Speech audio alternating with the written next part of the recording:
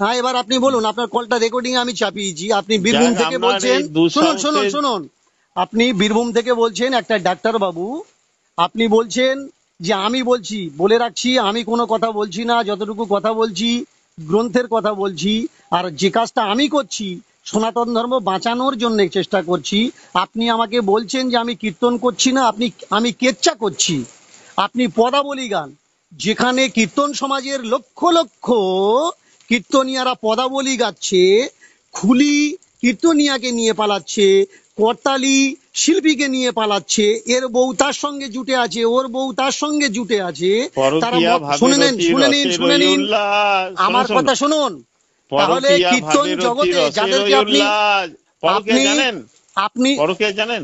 আপনি যারা কীর্তন করছে, বড় বড় বড় মাপের কীর্তনিয়া, মদ ছাড়া আসরে ওঠে না, গাঁজা ছাড়া আসরে ওঠে না, খৈনি গুটকা ছাড়া আসরে ওঠে না, তাদের আপনি প্রতিবাদ করতে পারছেন না? কখনো বলেছেন তাদেরকে যে আপনারা মদ খেয়ে কেন কীর্তন করছেন, আপনাদের চরিত্র এইরকম হবে কেন? আপনাদের বীরভূমের তো কটা শিল্পী আছে, আবার আরেকটা ঠকবার জোচ্চ তো গিয়ে উঠেছে আপনাদের এই বীরভূমের বোলপুরে, যাদের নিজেদের চরিত্র ঠিক নেই। আপনারা তাদেরকে পদাবলী শুনছেন, তাদের মুখেই কীর্তন শুনছেন। বোলপুরের কথা বলছেন মানে সুমন বাবু? ওটা আপনি জানেন। হ্যাঁ, যারা বোলপুর নিজেরা, মানে হ্যাঁ, সুমন বাবু বলতে চাইছেন? যারা নিজেরা মাছ মাংস খাচ্ছে, যাদের শাস্ত্রের আপনার সুমন বাবুকে আমার সঙ্গে বসান না। শ্রাবণ মাসে আমি লাইভে আসছি প্রত্যেকটা শুনেন রবিবার দীনবাবু, রবিবার। বই পড়ে তার্কিক হওয়া যায়, পণ্ডিত হওয়া যায়, নাস্তিক হওয়া যায়। ও, আস্তিক হন, আস্তিক হন। আপনি এই বলতে চাচ্ছেন? আপনার এই দুঃসাহসের জন্য আপনাকে শতকোটি প্রণাম। না না, আপনি কি মনে করছেন যারা রেপিস্ট, যারা চরিত্রহীন, তাদের পিছনে পিছনে ঘুরবো তাহলে আমরা সাধু হয়ে যাব? আপনি এই মনে করছেন না? আর আপনি তো বলছেন যে এইসব পণ্ডিতদের মুখে কীর্তন শুনুন। তা আমি আপনার নাম ধরে বলে দিতে পারি কটা পণ্ডিতকে এই শ্রাবণ মাসে সামনের সোমবার আমি আসছি, আমার সঙ্গে বসান। তবে পারবেন আপনার বসাতে? কথাগুলো কবি গানে আসলে চলে, কবি গানে, কবি ওটা গানে। আমার উপরে ছেড়ে দিন না ডাক্তারবাবু, আমার উপরে ছেড়ে দিন। আমি আপনাকে জিজ্ঞেস করলাম জয়দেব গীত গোবিন্দম লিখেছে, ওই গীত গোবিন্দম কোন ভাষায় লিখেছে? আপনি বলতেই যাক, পারলেন না। আমার একটা ফোন এসেছে। আপনার এই দুঃসাহসের জন্য শতকোটি শুনুন প্রণাম না রইল। শুনুন না, আপনার ফোন এসছে, আপনি ফোনটা পরে কল ব্যাক করে কথা বলতে পারবেন। আমার সঙ্গে হয়তো আপনার আর কথা হবে না, 2 মিনিট কথা বলুন না। আমি আপনাকে কটা কথা জিজ্ঞাসা করি। আপনি যে জয় পতাকা মহারাজের কথা বললেন, আমি বলেছি তার নামে নিন্দা করেছি, আপনি দেখাতে পারবেন জয় হ্যাঁ, পতাকা আপনি মহারাজের বলেছেন, নামে? অঙ্গি ভঙ্গি করে দেখিয়েছেন যে শুনুন, তুই আমি বলেছি, তুই আপনি তেমন প্রমাণ দিতে কথা পারবেন? বলেছেন। আপনি প্রমাণ দিতে পারবেন যে আমি জয় পতাকা মহারাজের নাম ধরে তাকে অপমান করেছি? প্রমাণ দিতে পারবেন?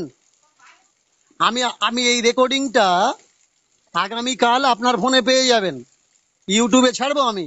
তাহলে আপনি প্রমাণ দিতে পারবেন জয় পতাকা মহারাজজিকে আমি নিন্দা করেছি, অপমান করেছি? প্রমাণ দিতে পারবেন না। আমি আপনাকে জিজ্ঞাসা করলাম জয় পতাকা মহারাজ আগে কি ছিল, আপনি বলছেন রত্নাকর দস্যু ছিল। রত্নাকরের জায়গায় যাচ্ছেন কেন? রত্নাকর কি ছিল না ছিল ও তো আমরা জানি। আমি আপনাকে জিজ্ঞাসা করেছি জয় পতাকা আগে কি ছিল, আপনি বলতেই পারছেন না জয় পতাকা মহারাজজি আপনি কি ছিল। আপনি এত মানুষের কথা চলছে, সঙ্গে সঙ্গে আপনি জয় পতাকা মহারাজজির কথা টেনে নিয়ে আসছেন, তার মানে তো আপনি ইসকনের মানুষ।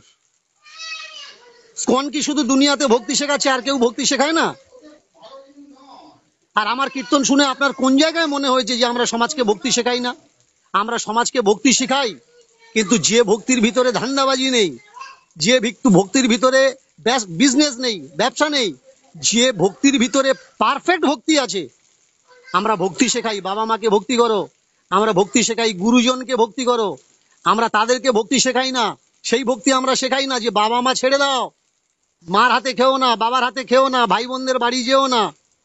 ওইসব জোচ্চর গুলো যারা ওদেশ থেকে এদেশে এসছে, তাদের পিছনে পিছনে ল্যাজ ধরে ছোট, যারা বাম্মাকে ভাত দেয় না তাদের পিছনে গুরু গুরু করে ছোট, এই ভক্তিটা আমরা শেখাই না। বেশ, আপনার এই দুঃসাহসের জন্য শতকোটি প্রণাম রইল।